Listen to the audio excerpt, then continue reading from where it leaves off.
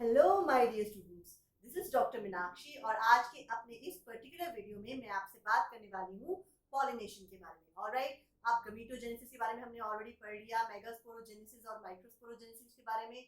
So second step in case of sexual reproduction is the transfer of gamete, male gamete usually to the female gamete to effect fertilisation. So flowering plants के case में ये किस तरीके से होता है? By the process of pollination. So in detail हम पढ़ेंगे the process of pollination in different type of plants by various agencies. मेरे चैनल को लाइक और सब्सक्राइब करना ना भूलें और बेल नोटिफिकेशन जरूर दबाएं so that मेरे आने वाले वीडियोस के बारे में आपको जानकारी मिलती रहे। मेरे प्रीवियस वीडियोस के लिंक्स डिस्क्रिप्शन बॉक्स में गिवन है, वहां जाकर आप मेरे प्रीवियस वीडियोस को भी फॉलो कर सकते हैं। सो देर न करते हुए शुरू करते हैं, let's start.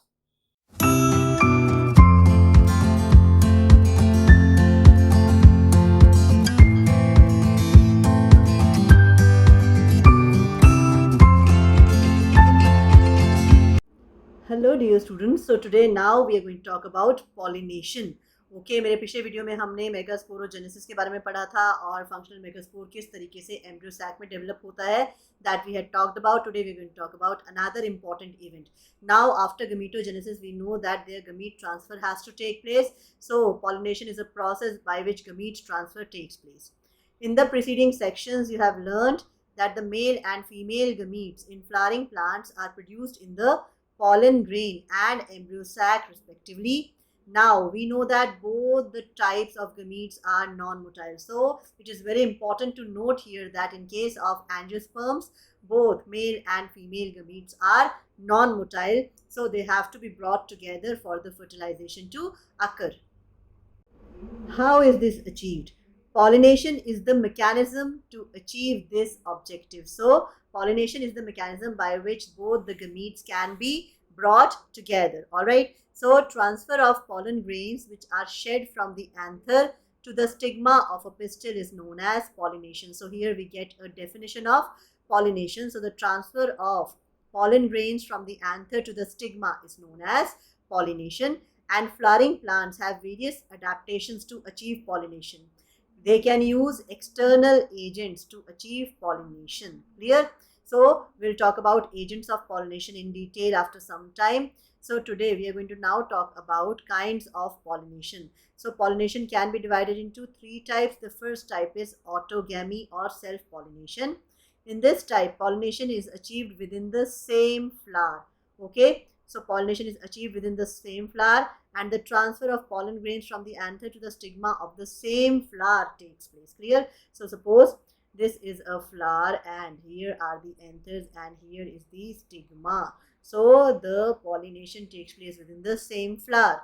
In a normal flower which opens and exposes the anthers, which is known as chasmogamous flowers, complete autogamy is rather rare. हो सकता है कोई क्रॉस पॉलन भी आके उसके ऊपर गिर सकता है और कंटामिनेट कर सकता है. Autogamy in such flowers requires synchrony in pollen release and stigma receptivity, and also the anthers and stigma should lie close to each other so that self-pollination can occur. So what are the prerequisites for self-pollination to occur? एक तो pollen release और stigma receptivity में synchrony होनी चाहिए, दोनों एक दूसरे के साथ ही मेच्योर होने चाहिए, और दूसरी चीज़ दोनों को पास पास होना चाहिए सो दैट सेल्फ पॉलिनेशन के चांसेस बढ़ सकें और क्रॉस पॉलिनेशन के चांसेस कम हो सकें. Alright. Some plants such as Viola, common pansy, oxalis and commelina, they have two types of flowers. Chasmoglavous flowers जो कि open flowers होते हैं, which are similar to flowers of other species with exposed anthers and stigma, and Cleistogamous flowers जो कि क्या होते हैं, बंद flowers होते हैं, which do not open at all. तो Chasmoglamous flowers जो होते हैं वो बिल्कुल open होते हैं और उनके anther और stigma जो है वो exposed होते हैं.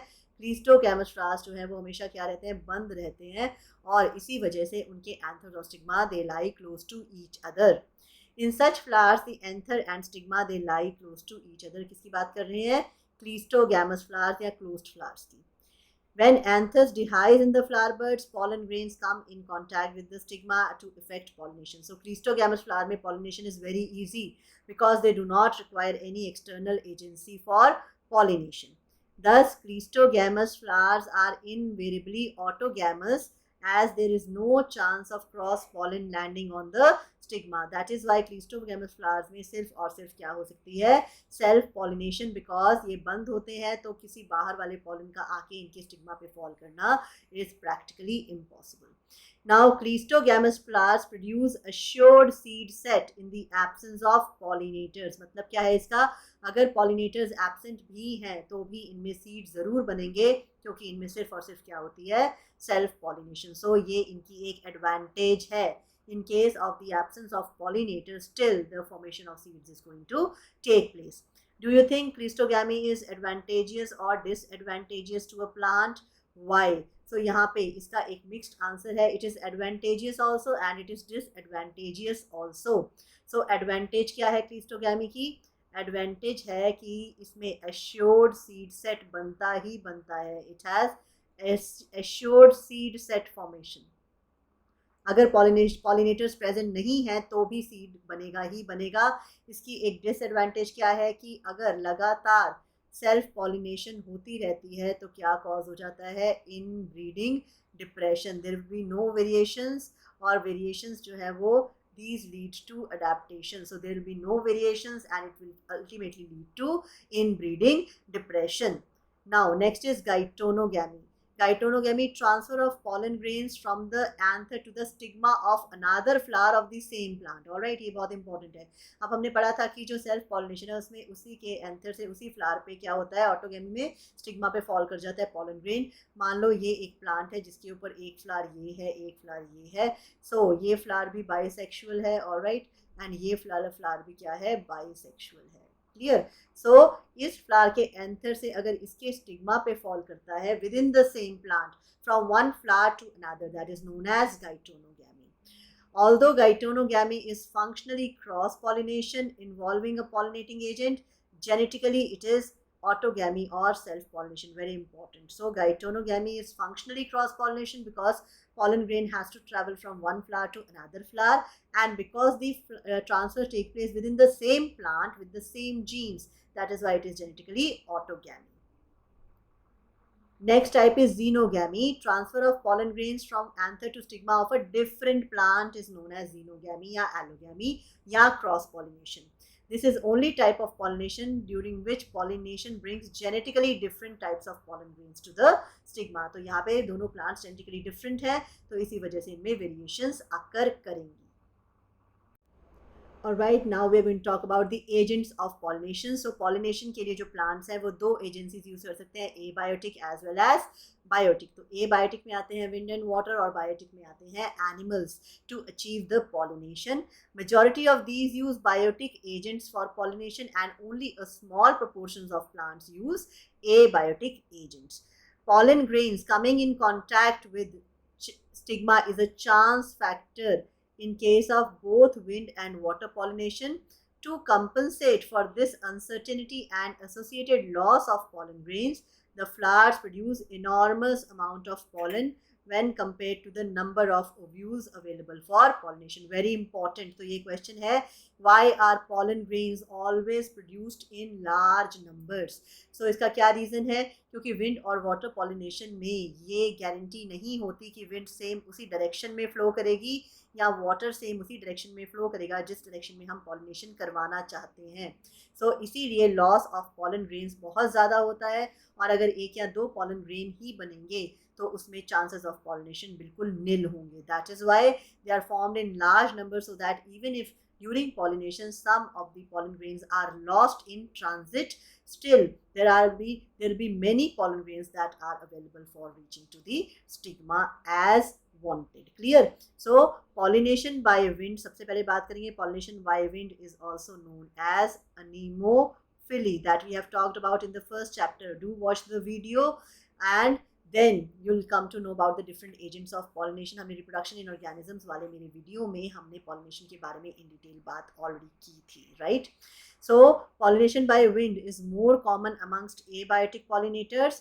Wind pollination requires क्या characteristics हैं? What are the characteristics of wind pollinated flowers as well as pollen grains that we are going to take a look at now? First point है pollen grains should be light and non-sticky ताकि वो आसानी से wind में transport हो सके. Second point क्या है, उनके पास well exposed stamens होते हैं जिससे कि pollen grains आसानी से wind में जा सकें. Again, they have often large and feathery stigma, so easily trap the airborne pollen grains, and they often have a single ovule in the ovary and numerous flowers packed into an inflorescence. तो ये सारे के सारे characteristics हैं wind pollinated flowers के. A familiar example is the corn cob.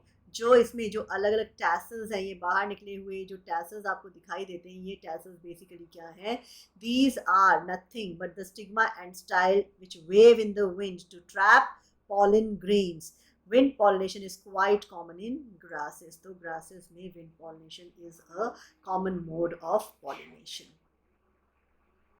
Now taking a look at pollination by water. So pollination by water is also known as hydrophily. Clear? So here we are going to talk about hydrophily. It is quite rare in flowering plants and is limited only to about 30 genera, and all of which are mostly monocots, right?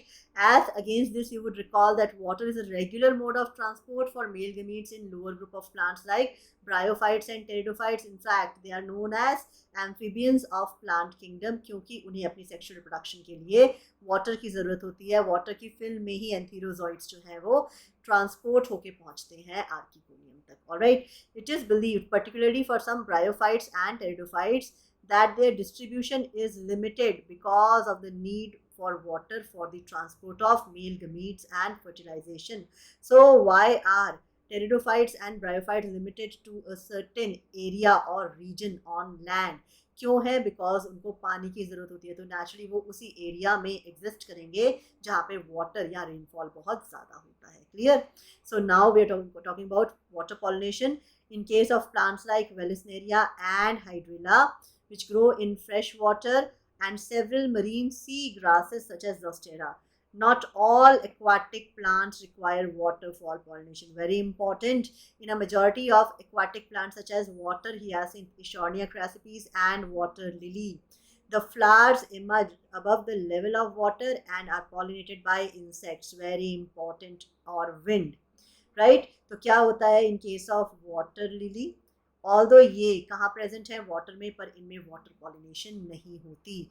Water lily and water hyacinth, in fact lotus also, इन सब में क्या होती है?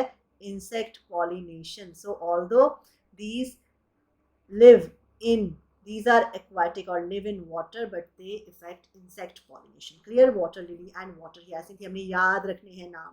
These are very important, right?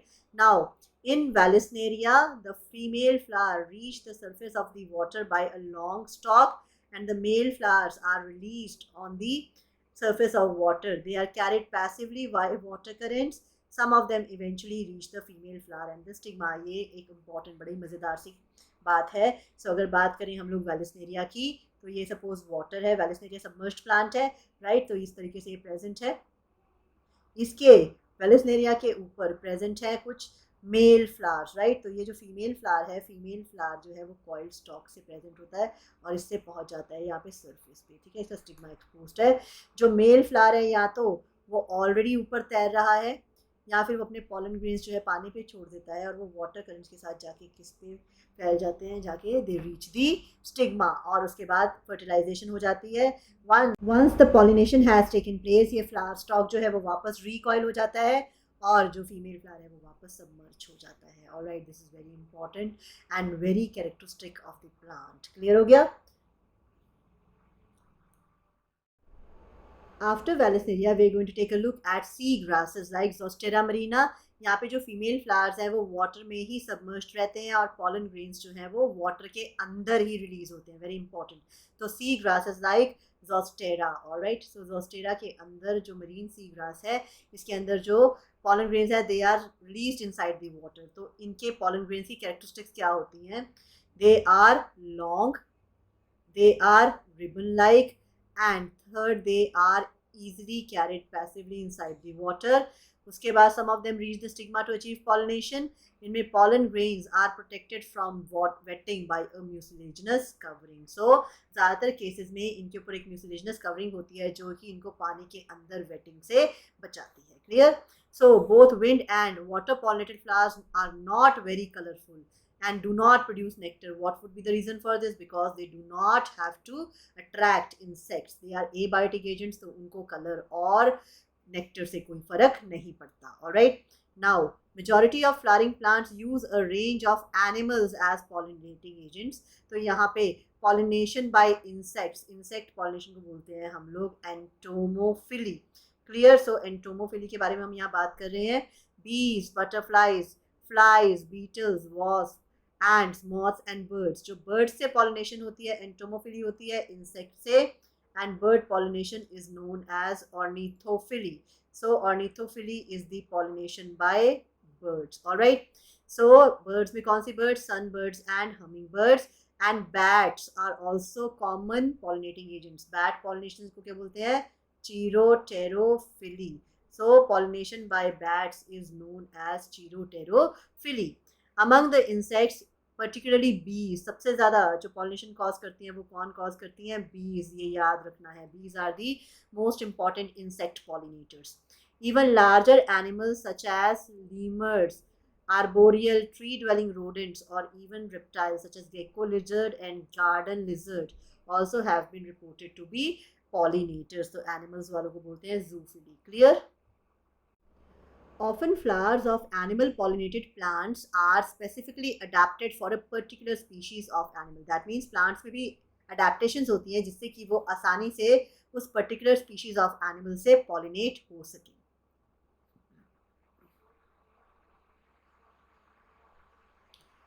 Majority of insect pollinated flowers are large. First point, characteristics of insect pollinated flowers में क्या है? They are large, they are colorful, they are fragrant and they are rich in nectar. तो ये characteristics हैं insect pollinated flowers की. When the flowers are small, a number of flowers are clustered in an inflorescence to make them conspicuous. ताकि वो insects को या animals को, insects को in fact बहुत आसानी से दिख सकें, तो वो हमेशा arranged होते हैं inflorescence में.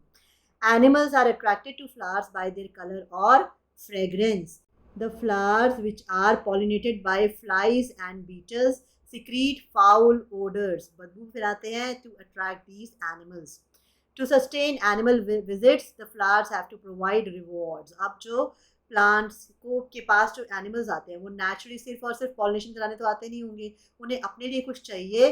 दैट इज़ वाई वो आते हैं प्लांट्स के पास. तो plants have to provide certain rewards to enhance the animal visits. अब वो रिवॉर्ड्स क्या हैं?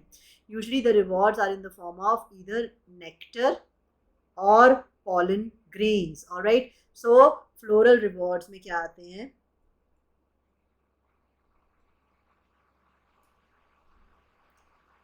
First is nectar, second is pollen grains, and the third one is oviposition. Oviposition का मतलब क्या है? Provision of safe place to